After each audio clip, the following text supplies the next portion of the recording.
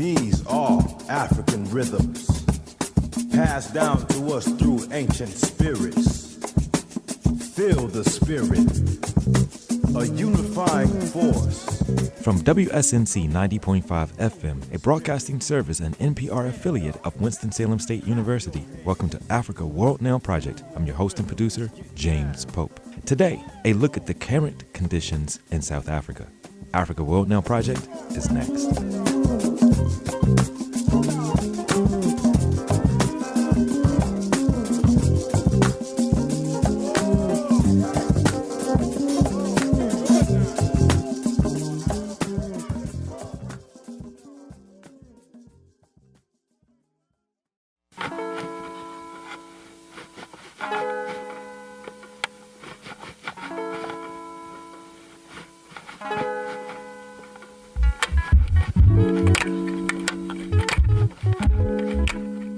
Those who control the means of producing and the methods in distributing information, this includes the various material technologies rooted in well-defined epistemological foundations, control the totality of people's existence.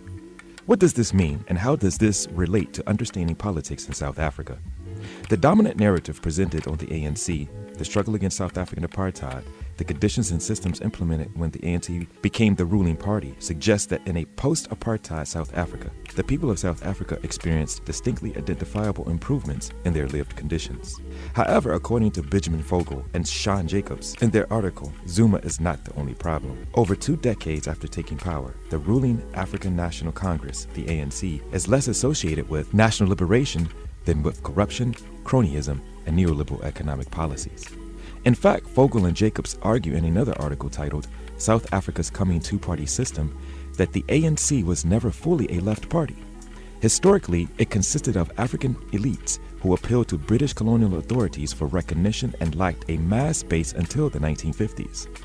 It only found itself on the left by default after aligning with the South African Communist Party, and later the powerful trade union movement that emerged in the 70s and 80s. The ANC was split between pro-business nationalist leaders, leftists from the SACP, and the trade union movement. As a result, it formulated a soft social democratic program in the 1994 elections ensuring labor support. This leftish platform never translated to actual policy implementation. It was abandoned shortly after 1994 as the party embraced neoliberal policies under Nelson Mandela and Thabo Mbeki's governments. As a consequence of clear evidence of state capture by the Guptas, corruption, and an aggressively unequal economic system, it can be logically argued that South Africa must answer those questions that were posed externally to apartheid and internally to those engaged in the struggle against apartheid that asked, critically, where do we go from here? Chaos or community? Questions that Steve Biko, Chris Hani, and others were posing during the struggle against apartheid, but were marginalized and subsequently assassinated for daring to simultaneously construct a vision beyond struggle while struggling. A task that demands the so-called leaders of a struggle fully engage with the theory and practice of class suicide as presented by Amilcar Cabral. Since the fall of apartheid, South Africa has steadily cemented itself as the world's most unequal society. The top 1% of earners take home 17% of all income, and the top 10% earn 60%. The picture gets even worse when it comes to wealth inequality. The top 1% own 67% of all wealth in South Africa, while the top 10% own 93%, giving the country a wealth Gini coefficient of 0.95. Inequality between countries is generally much starker than inequality within countries, but this is not so in South Africa. It is the only country on the planet where the national levels of wealth inequality mirror global rates. In other words, the richest people in South Africa are among the richest people in the world, and the poorest are among the poorest. Jacob Zuma has been the focal point of fury from his own party, the ANC, as well as what constitutes the South African left, with the only self-identifying left-wing political party with any electoral clout, the Economic Freedom Fighters, EFF, largely limiting itself to an anti-Zuma platform insofar as it is occasionally joined ranks with the center-right opposition party, the Democratic Alliance, the DA, to spite Zuma's ANC. To be clear, radical platforms remain at the grassroots. Many farm workers in the Western Cape Province, for instance, have joined the commercial Stevadoring and Allied Workers Union, the CSAAWU, a relatively small union that employs military class politics in a struggle against some of the most powerful commercial agricultural interests in the country. as well as the shack dwellers movement, South Africa's oldest social movement, who continue to mobilize for more equitable access to land, housing, and services with tremendous success, even in the face of state repression and political assassinations. As a result, there are those who argue that Cyril Ramaphosa is not the answer. The former trade union leader turned billionaire Ramaphosa, with the backing of the ANC, unseated Zuma, who was once considered to be the shrewd, political astute Teflon-line leader of the ANC, to become the current president of South Africa.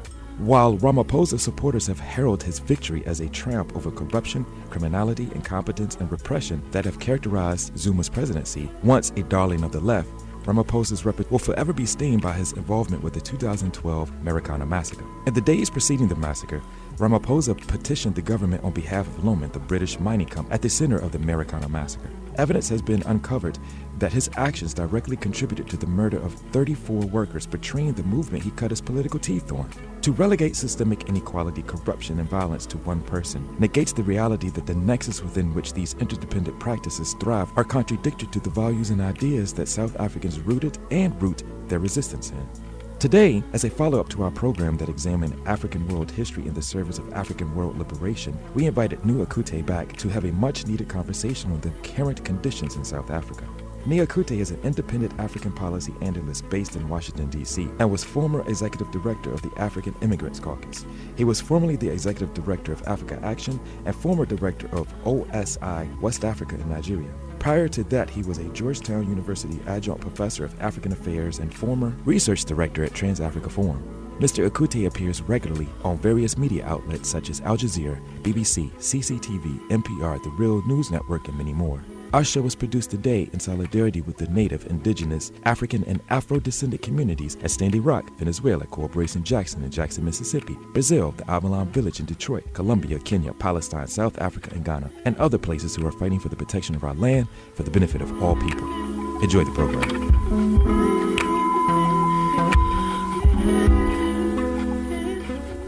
So I'm joined by Nia Kute, a very important thinker and policy analyst, specifically an African world policy analyst, but we don't want to relegate, Nia and your work and your contributions to just being a policy analyst, because I think that you're much, much more than that. And with that said, we want to have a conversation, a much needed conversation for the program on what's happening in South Africa. And to kind of start this conversation off, I would just ask you, and we will work our way outward from there. What's going on in South Africa? Well, quite a few things, but it's culminated, if you want to reduce it to a short sort of headline kind of thing. The South African government and society is going through a leadership change. On Wednesday, the 14th of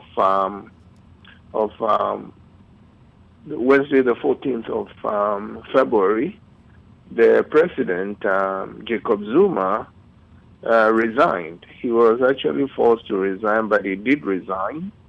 He had first said that he did not see why the ANC, the ruling party, his party, was insisting that he resigned.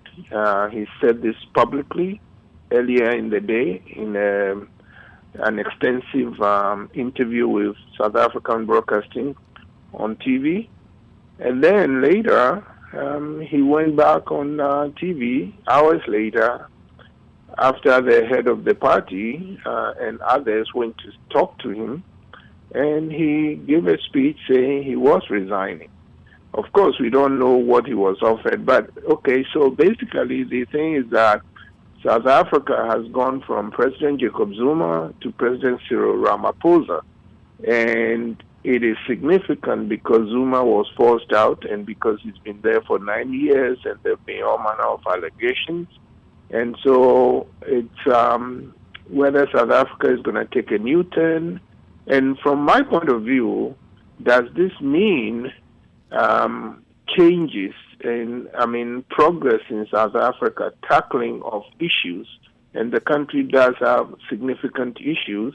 Does the change in leadership, the removal of President Zuma, mean that the problems, the real problems are being tackled in the proper manner. For me, that's what it means. Leadership change, and are the problems being addressed.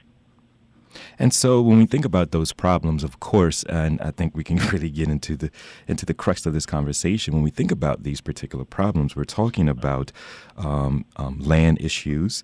We're talking about economic issues. There's corruption issues. We know that there was Marikana, the massacre at Marikana back in 2012, I believe that was. Yes. And also we have, a ruling, and it's very interesting because we're talking about a ruling party. And we're saying this in the same sentence or in the same line of thinking of a post-Apartheid South Africa. So I think how much are these issues that we're talking about are related to not resolving the apartheid issue of the transitions of power during the anti-apartheid movement? I have to tell you first, I can't resist my urge to say that is a great question, but the audience needs to know that sometimes when some people say great question, it means a question that they are struggling with and can't answer. But other times it means that it goes to the heart of the issue. And I think you put your finger on it. You go to the heart of the issue. All this has to do with how apartheid was ended and its aftermath. But let me also throw out one quick recent event. As I mentioned, Mr. Zuma resigned on the 14th, and on the 15th, Mr. Ramaphosa was elected by the parliament as the new president. But since then, they've also recently they've read a new budget. Which has Mr. Ramaphosa's, his budget, even though it was read by the finance minister that he inherited. The key thing there is that they have raised sales tax, the value-added tax, from 13% to 14%. And this is significant because, one, this is the first time it's been raised since the apartheid era. The last time it was raised was in 1993, a year before apartheid was ended with democratic elections. And so it is significant. But back to your great question, how is this all tied to the ruling party and the ending of apartheid? And also, another thing that will set the scene for analyzing your great question is the way the whole situation in South Africa has been covered by the mainstream media, the global media, and even the mainstream media in South Africa. They have made it that, yes, the country has significant problems, but that is because Jacob Zuma, the former president who had been there for 9 years, he's scandalous, he's corrupt, and this is why we are having problems. And for me, I see it quite differently. Yes, corruption is a terrible thing. It blocks the progress of any country, South Africa included. But we have to understand it properly because it's so important. We have to have nuanced understanding of corruption and not simplistic understandings of it. Second, Jacob Zuma, yes, was plagued by a whole lot of accusations and scandals. In fact, he used to be vice president and he was fired by the then President Thabo Mbeki. So the scandals even started before he became president. And to the extent that the ANC has forced him out, and to the extent that there is actual proof that he's corrupt, it's good that he's gone. But even there, I give the ANC, the ruling party, some good marks because they have strong internal democracy. Nowhere else in Africa, and I dare say nowhere else in the rest of the world, does a ruling party force a president out. And this is not the first time the ANC has done it. In most other places, I mean, you can take the U.S., you can take any other African country, the president actually tells the ruling party what to do. Mr. Trump is now telling the Republicans what to do, and they are scrambling to do what he wants, and they are scared of him. In South Africa, no. The president is scared of the ruling party, and the ruling party is has strong internal democracy. So kudos to ANC for deciding Zuma has to go, and they pushed him out after 9 years. Now to the crux of your question. I think the media has covered it wrongly, but also I think deliberately. Because to me, yes, South Africa has major problems. There is poverty. The economy has not grown recently, but that's a more recent thing. But there's deep-seated poverty there for a long time. You have unemployment has spiked. But biggest of all is huge inequality on the basis of race and on the basis of class and on the basis of gender. Huge inequality, poverty and inequality. Those are problems created by apartheid, okay? Apartheid was ended in 1994. But just because you stop a bad process, a criminal process, a process that was characterized by the United Nations as a crime against humanity, this was a crime.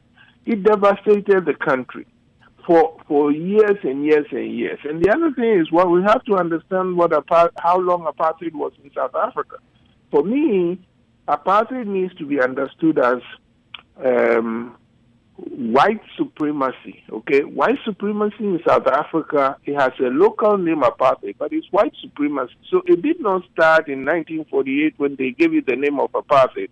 It started in the 17th century when whites started settling in South Africa and started depredating the black community. So it was there for centuries. It caused a lot of damage. So you end it in 1994 and you don't clean it up. This is my important view, my strong view, that the problems of South Africa today are the result of the damage that apartheid did, and that the proper way to have addressed it would have been to do a thorough assessment of the damage done, and of course also to say who put the system in place, who benefited from it, who stole the wealth, who has the wealth, okay? But once you do that, then the key thing is reconstruction, post-apartheid reconstruction. That was never done. So now when South Africa has problems, the media, both inside South Africa and outside, Western capitals like Washington and London and Brussels and countries like Australia and others, they all say, well, the reason is that the ANC is not competent. The Zuma is corrupt. Some of the people around him are corrupt, and that's why South Africa is in trouble. No, there is corruption, I'm sure, but that is not the fundamental problem. That is not the fundamental cause. It's because they don't want, and these groups that I mentioned, I call them the Apartheid Alliance, because scratch the surface, look back earlier, especially in the 80s here in the U.S. when the anti-apartheid movement was blossoming and led to the Anti-Apartheid Act in 1986, there was a coalition. Apartheid was in South Africa, but it was supported by a global alliance, okay? Ronald Reagan supported apartheid. Margaret Thatcher supported apartheid. All these Western countries and Western capitals supported apartheid. And once apartheid was formally ended with democratic elections, they turned their backs. It's like, okay, now you guys are in charge. And the white community in South Africa, their view was, oh, Mandela is wonderful because he is a nice, forgiving man. He forgave us, so everything is fine. No, Mandela was a revolutionary. I admire him very much. I know that there are people who question some of the deals he made to bring apartheid to an end. But even there, I think he had good explanations. He did not want a race war, especially a race war in which the white government in South Africa, the apartheid government, had nuclear weapons that they had been helped to develop. And he wanted to get rid of nuclear weapons. He wanted to avoid a race war. So he made concessions to the white community. And he said he had forgiven them, therefore they just focused on the forgiveness. I think because they were forgiven, they should have come back and say, yes, we did apartheid, it was terrible, we are sorry for what we did, and we have to clean our mess. So basically what I'm saying, James, is that the problems in South Africa, there are corruption and other problems, that the bigger deep-seated problems of poverty, of stolen land, and of deep inequality, these were done by apartheid. And the way to eradicate them is to have a post-apartheid reconstruction. That hasn't been done. So then the question is, will the new president, Mr. Ramaphosa, is he going to do that? There's just 3 points here that I want to kind of tie in because you laid this out very, very important. So let's back up a minute here. So we have Jacob Zuma being basically the target of like, oh, let's blame it on him. He's having the problems. But how much of this relates to the governmental system? Because I think what you're doing is very important, and it's talking about the so-called transition from apartheid to the system of the ruling party and their governance structure now in the midst of a very, very multicultural environment. Yes, the governmental system that the ANC has been running since 1994, when Mandela became president, served one term and then stepped down, is a huge improvement in my mind, of course, over the apartheid system. But it wasn't perfect.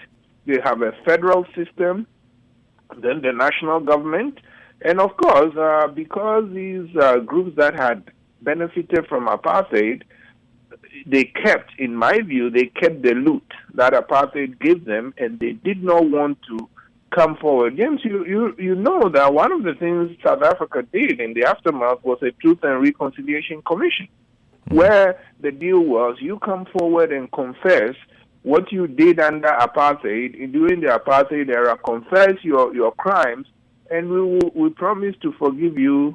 The 99% of the apartheid leadership, in fact, 100% of them rejected it. They wouldn't even go and confess. It's like, we've been forgiving.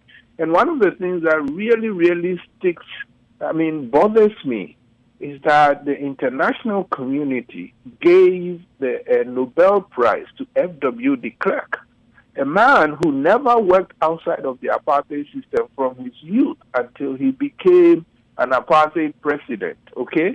And he's the guy that Mandela and the ANC signed the deal with. He was giving a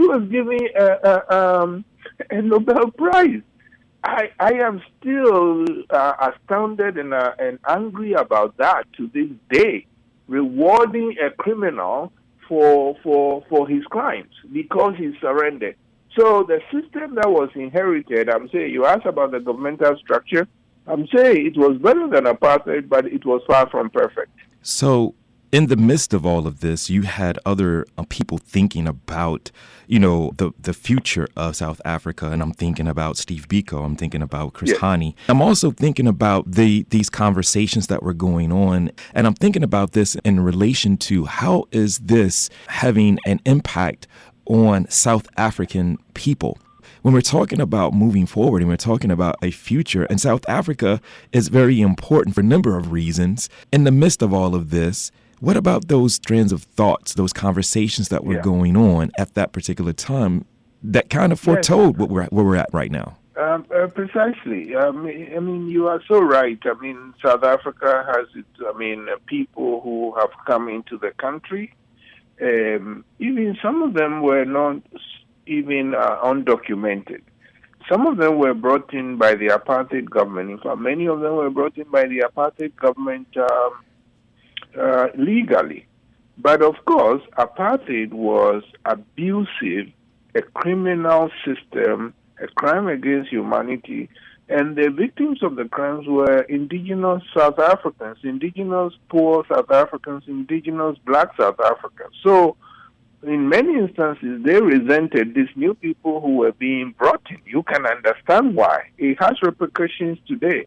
But yes, so there was violence against foreigners. The sad part of it, though, was that the violence was directed at other black Africans, okay? The government will go to Mozambique, will go to Malawi, will go to the surrounding countries, Swaziland, Lesotho, and bring in poor people and house them in hostels and force them to work for low wages in dangerous mining jobs But for the local South Africans who were being deprived, who 87% of the land was stolen from them, and they were being killed and oppressed, they were angry at these new people that were being brought in. So sometimes that violence flared up. So that is a snapshot of that violence, which in South Africa was called xenophobia. And again, the sad part was it was targeting black Africans who were there. But at the same time, the apartheid government went to Eastern Europe and was going in Greece and other places trying to bring in more white settlers. And those people were not targeted. So it breaks my heart about that part. Now, you are right, of course, that people like Steve Biko and others foresaw what was going to happen. And so some of those people now, the disciples of Biko and others, especially some progressives, some strong progressives in South Africa, have questioned the deal that Mr. Mandela and the ANC made. As I said, I understand why and I defend them. But the way to put it is, Mr. Mandela and the ANC, when they made the deal, did not finish the job. They made a start. And this is why, for me, the key is that it is the turn of the beneficiaries, the designers and beneficiaries of apartheid.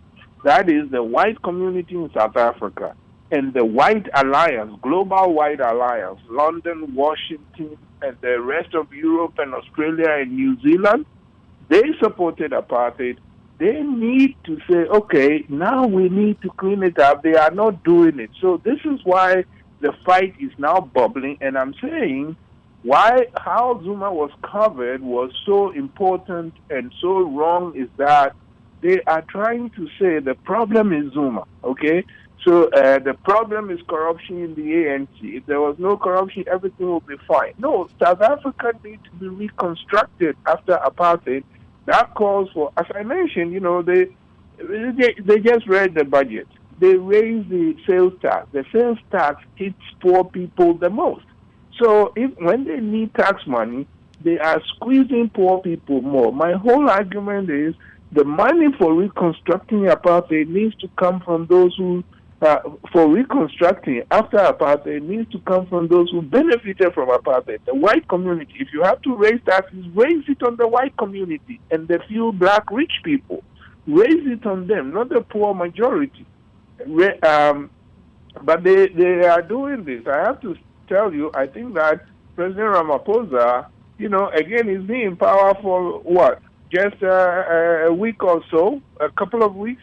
And I think he has a strategy because now I'm not endorsing the strategy, but I think I see where he's going. He has to run for elections next year in 2019.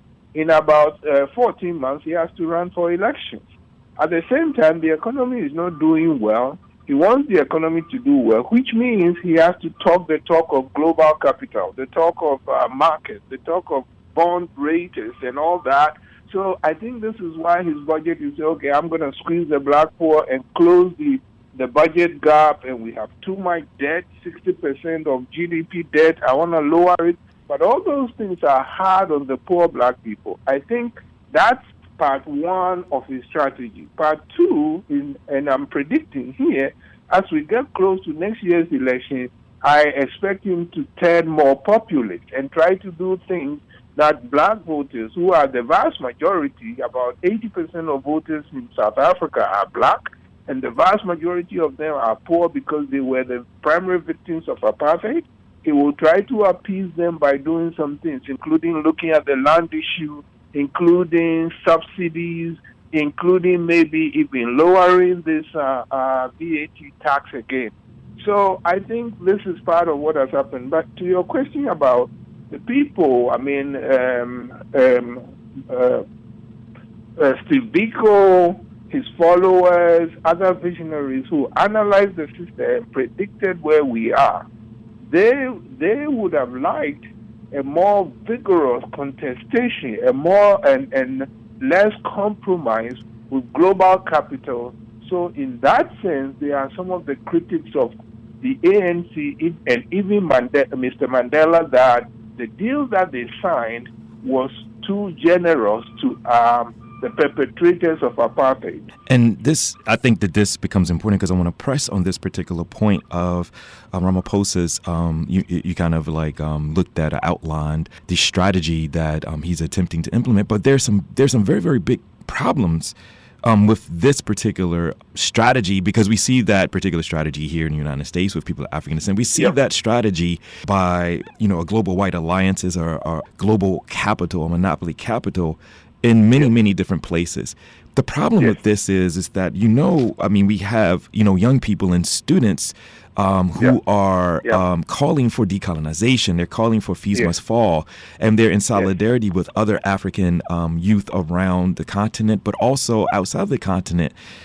What are some problems? And I think it's important for us to look at these particular problems because it's important for you to outline that. But I think, it becomes important to talk about an economy that is not serving the interests of the people, but it's South Africa, and everybody, and if people know, the minerals and the wealth that South Africa has, it is perplexing. And especially if you live there, especially if you are a South African, young, older, whatever, it becomes very perplexing. So this, you're stewing up, a lot of particular, dynamite and nitroglycerin here in a so-called post-apartheid system. Precisely. And again, another great question. You started with the, fees must fall.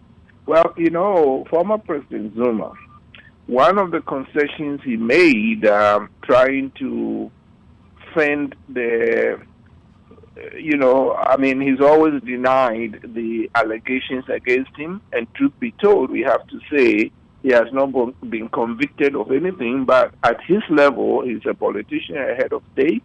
At that level, the way things are decided is not by strict court convictions.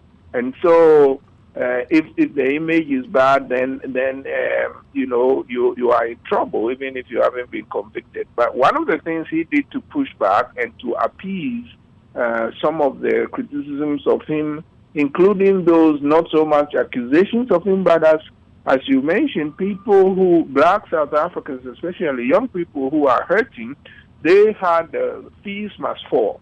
So Mr. Zuma responded to that, actually. He had a plan to pay the university tertiary education fees for students who come from poor communities. This was a partial response to the fees must fall movement. And he proposed that. And of course, he was forced out. Zuma was forced out. The interesting thing is that in the budget that Ramaphosa just read, that was read in Parliament, they adopted that. They are going to do what Zuma had proposed. So they will start putting some money in to pay for fees. Now, you also mentioned that, yes, South Africa is very rich. And therefore, it has to be perplexing if you are South African and you understand your circumstance, how you are poor, yet in the midst of all this wealth.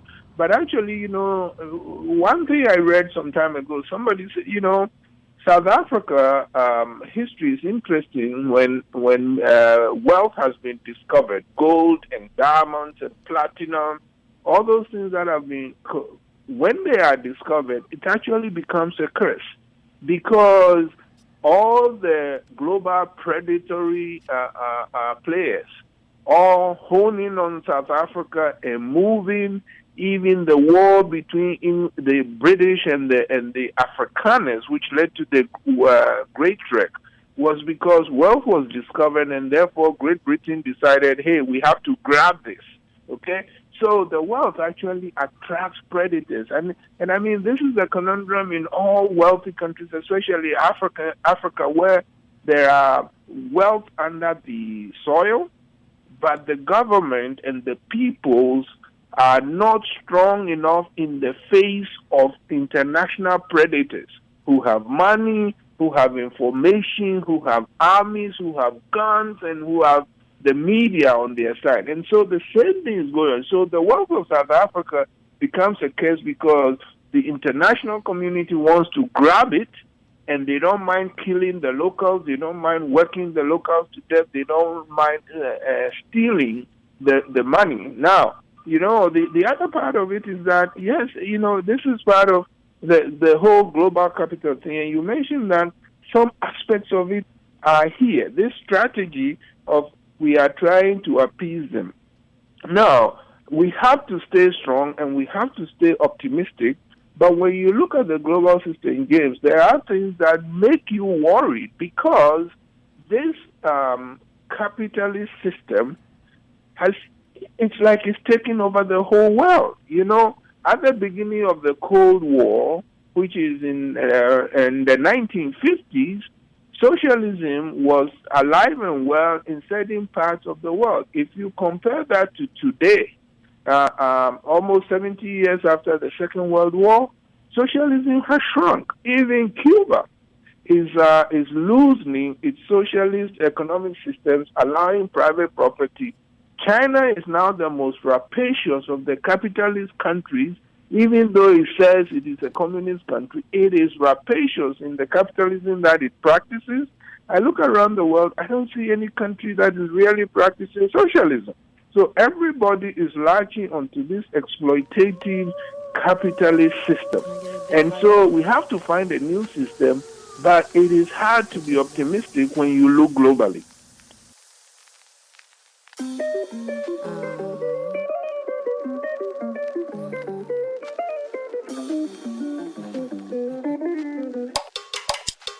Got up exactly in the AM. Probably the hunger had struck me. The push to stay alive is upon me. When I watch the pain. Sorry that my work's in vain. Today, as a follow-up to our program that examined African world history in the service of African world liberation, we invited Akute back to have a much-needed conversation on the current conditions in South Africa. Akute is an independent African policy analyst based in Washington, D.C., and was former executive director of the African Immigrants Caucus. He was formerly the executive director of Africa Action and former director of OSI West Africa in Nigeria. Prior to that, he was a Georgetown University adjunct professor of African Affairs and former research director at Trans-Africa Forum. Mr. Akute appears regularly on various media outlets such as Al Jazeera, BBC, CCTV, NPR, The Real News Network, and many more. Our show was produced today in solidarity with the Native, Indigenous, African, and Afro-descendant communities at Standing Rock, Venezuela, Corporation Jackson in Jackson, Mississippi, Brazil, the Avalon Village in Detroit, Colombia, Kenya, Palestine, South Africa, and Ghana, and other places who are fighting for the protection of our land for the benefit of all people. Enjoy the program.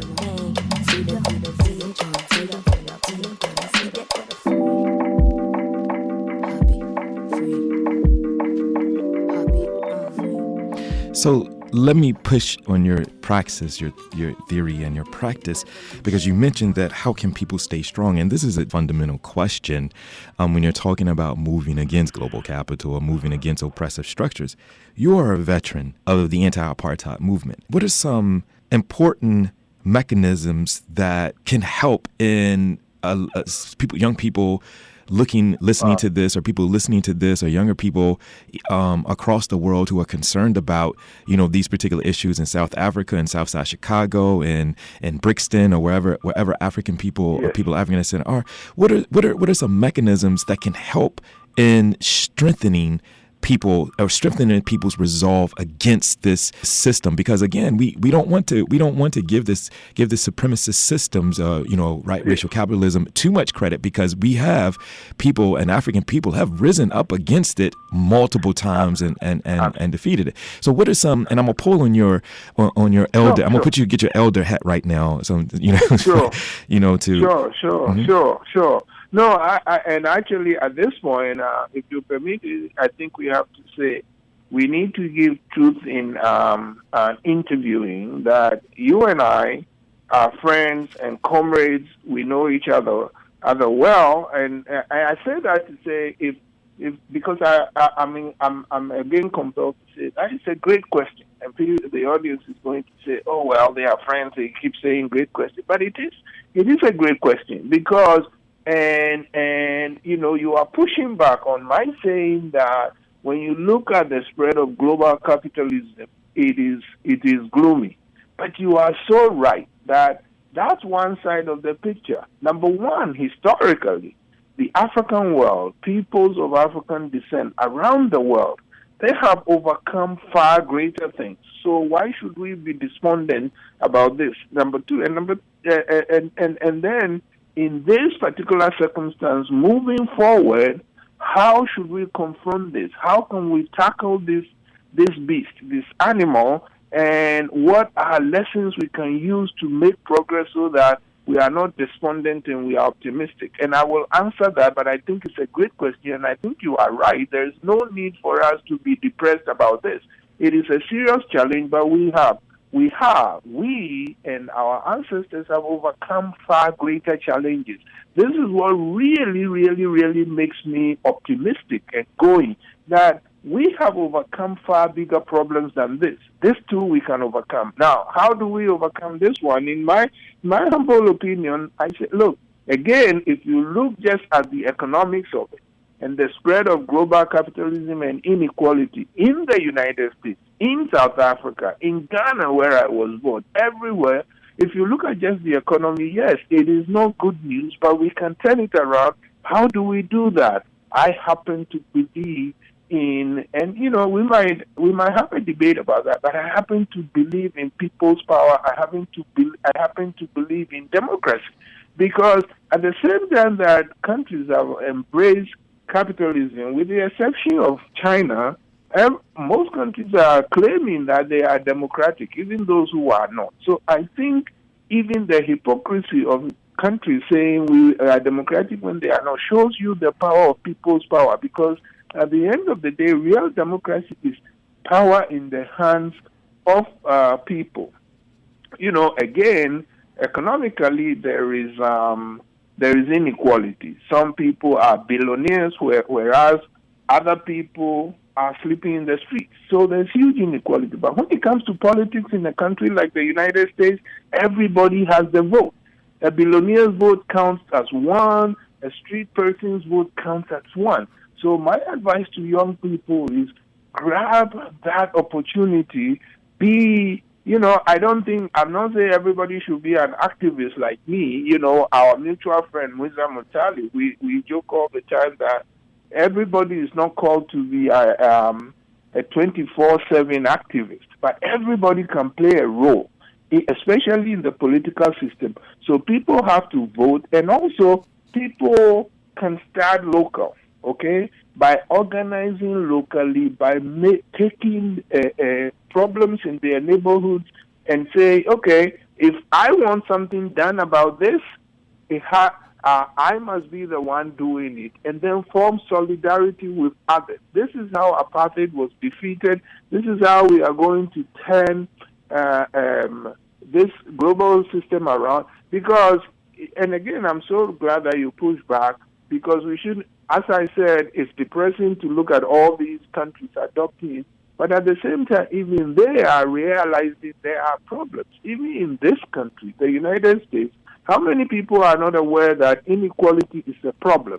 In fact, I'm no fan of President Trump. I think the stuff that the neglect and towards Africa, the nasty stuff he said about Africans, the shabby way he has treated the few African leaders he has met with, it's all terrible. But in a way, his election was a reaction by a certain group of people at the bottom that said the system we have is not working. So I'm saying, even though it has spread, grassroots people everywhere are realizing the system is not working, and that's an opportunity to say we need a better system. The way to make it happen is get involved, push hard, form allies with people of similar views, because the system doesn't serve the needs of the vast majority of the people, and that is its huge weakness. Any system that does not serve the vast majority of the people is bound to fail sooner or later. So for now, it has spread. but it is not sustainable. That will be my point. I think that your point is very well taken and very important. And this idea of democracy, and we have this conversation, Sure. Yes. Well, because for me, I'm looking at the idea of democracy and the mechanisms that are rooted in one historical experience, one people's historical experience, which we have European. So for me, while I would agree with the idea, the strongest component of democracy is the practice of communalism. It's the practice of unity in people. So, and I agree with you, because plantation owners believed in democracy, slaveholders believed in democracy. Because they twist it to their own end. Right. So. And this question, and I think that this question becomes important. And to be honest, you're one of the ones, we wanted the stalwarts. Straight. You've been very, very strong in pushing this idea, and I really applaud you for that, because I don't think we're really having a serious conversation about the idea and the practices that are attendant to the idea of democracy that are rooted in Western epistemological ideologies or ideas.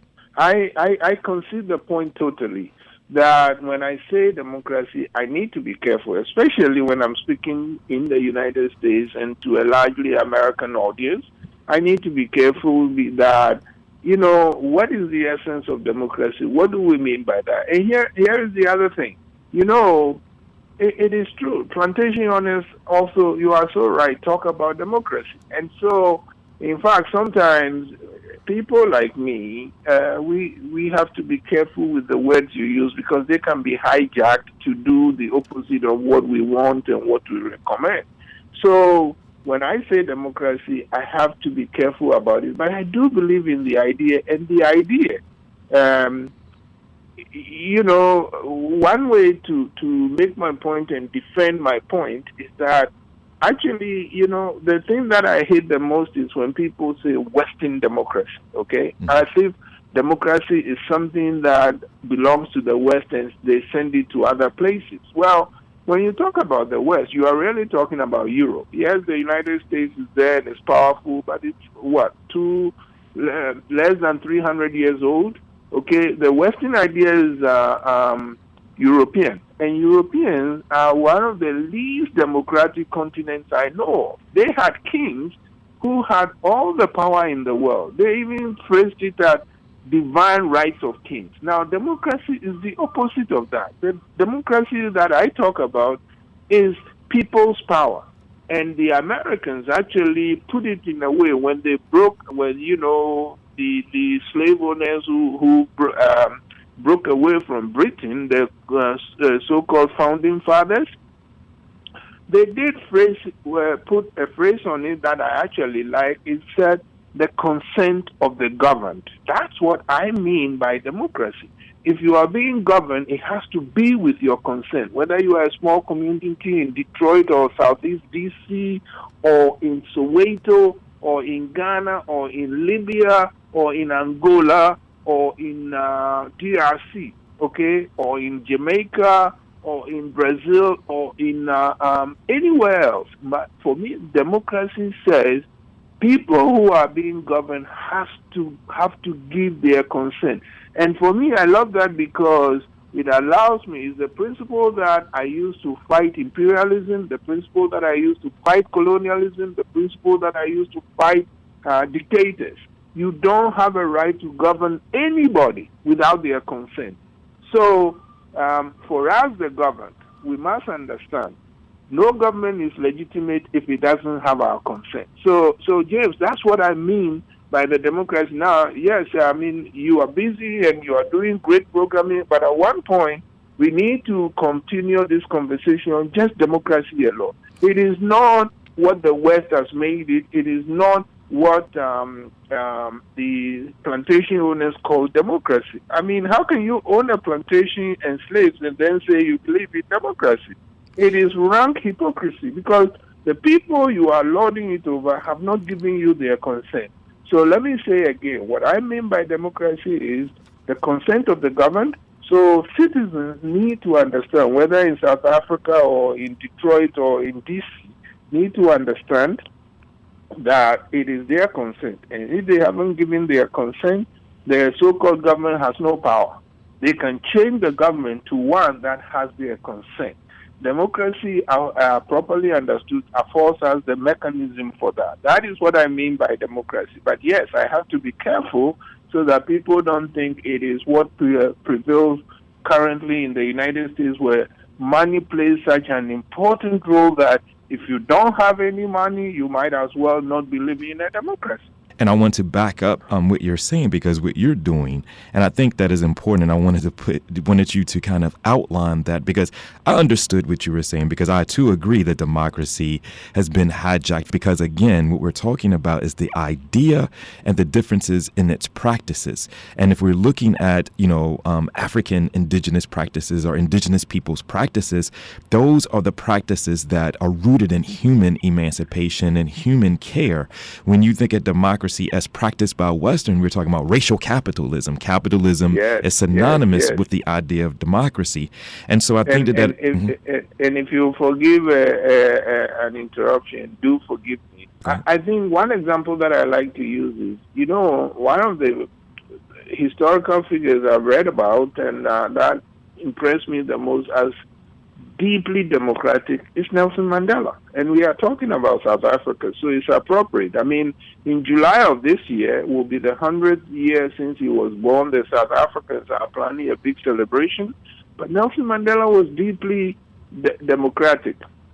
And I use him as this example to say democracy has been hijacked in the West. It is not a Western idea. The West, when they've colonized all these countries, they have this habit of, they just grab things, okay? If it is physical and it is valuable, they will grab it. If it is, they think it's valuable, it's not physical, they want to say it belongs to us. So they slap their names on places like Victoria Falls or Victoria Island in Lagos, places that had their own names already. And so they also like to steal the idea of democracy. And again, why am I saying Nelson Mandela? Nelson Mandela was deeply democratic. His democracy was developed in Africa, was developed in South Africa. South African traditional systems are much more democratic than anything you can find in Europe. So Nelson Mandela learned his belief and his practice of democracy in Africa. So democracy is in indigenous African practices and community practices. Don't let anybody tell you that it is something that belongs to the West and they have to go and impose it. In Africa, if part of my work is opposing U.S. support of dictators today in Africa, and they say, well, you want us to push democracy? I say, no. I want you to get out of the way so Africans can practice democracy. That's a very important point, because again, you're bringing it back to its African origins. But this also goes back, because I'm thinking about how the human is conceptualized. So in the idea of democracy and its practice, the idea of the human being self-interested and need institutions to make the human being do right is a Western idea, but is a very oppressive type of structure. Because what I mean by this is that when we look at the practices and the evolution of the idea in European thought, you get John Locke, you get Adam Smith, you get all of these individuals who are thinking about justice, thinking about these ideas. They had a very, very negative view of the human being, because that's coming out of their historiography, their historical experiences, dealing with religion, dealing with racism within Europe itself. And Cedric Robinson writes on this, the expansion of the human being. Sylvia Winters, writes on this. There are many, many others who look at this. But when you look at, the people driven or people moved systems, of course you have this communalism that it's akin to socialism, but there's this idea of a unity of people working in harmony with each other. And so when you really push it down to it, is that what we're looking at is that capitalism and the racial capitalism has divorced people from themselves, from each other.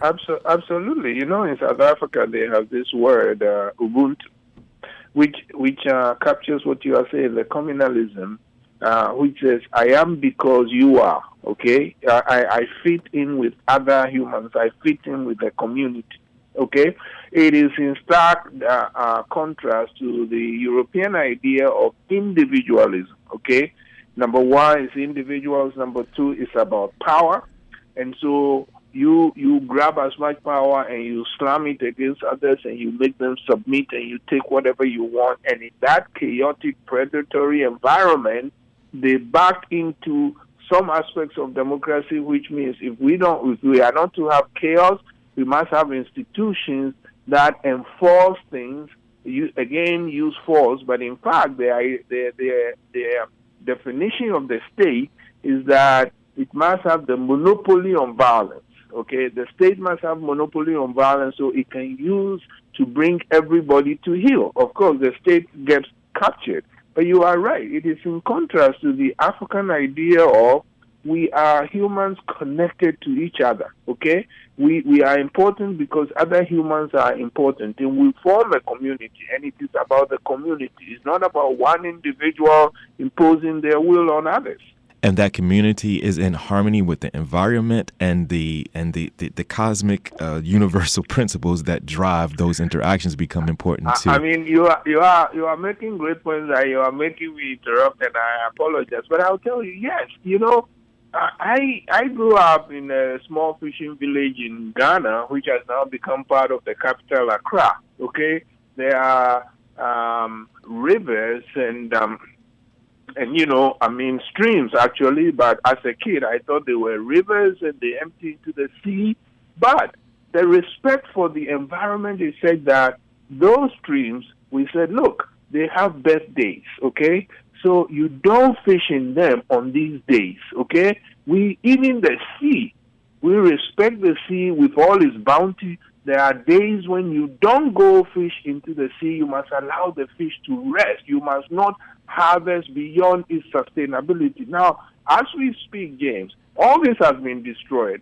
Global trawlers from Europe and from Japan and from China, they have depleted the seas around Africa because they don't have that African respect for the environment and for the sea. And I think that that's important because, again, we're talking about South Africa with a bountiful natural resources that is coveted by the West. I want to take the time once again to thank you for taking the time to sit down and have this conversation, this much needed conversation. But again, this is something that's going to be ongoing, and we're going to be watching this with a very, very close eye. Thank you again, Nee. And I want to thank you, and I want to, when you first introduced me, I should have made this quick correction. You gave me all these accolades, and coming from you, I treasure them. But I see myself as just a foot soldier, okay? A foot soldier for the African community, my community. We are under assault. When your community is under assault, you just defend yourself, and I'm just a foot soldier. And I appreciate that, and all generals think that they're foot soldiers. I'll talk to you soon. Thank you, James. Okay, all right. I ain't fit to be no mother. I ain't fit to be no wife, yeah. I've been working like a man, y'all.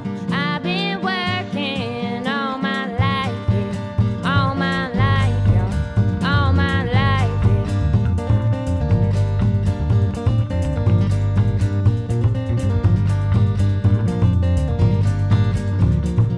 That's it for Africa World Now Project for this week. I would like to thank you for joining us today. I look forward to spending time with you next week. We can be reached through all of your regular social media platforms. Email africaworldnowproject@gmail.com or follow us on Twitter at AFWRLDNWPRJ. I'm your host and producer, James Pope. The Africa World Now Project Collective consists of international media journalist, executive producer, and human rights activist, Moiza Mutali, Africa World Now Project media correspondent, Funda Ngunda, senior research and content contributor and production director, Dr. Tasneem Siddiqui, senior research and content contributor and production associate, Dr. Josh Myers. Technology advisor is Byron Gray of Grayworks Technology, and creative director is Judah Pope. Africa World Now Project is heard every Wednesday at 7 p.m. on WSNC 90.5 FM, NPR affiliate and broadcasting service of Winston-Salem State University. Shows are archived weekly on SoundCloud. Search Africa World Now Project. Until next week, be safe, be peaceful, and above all, be intelligent. good looking girl.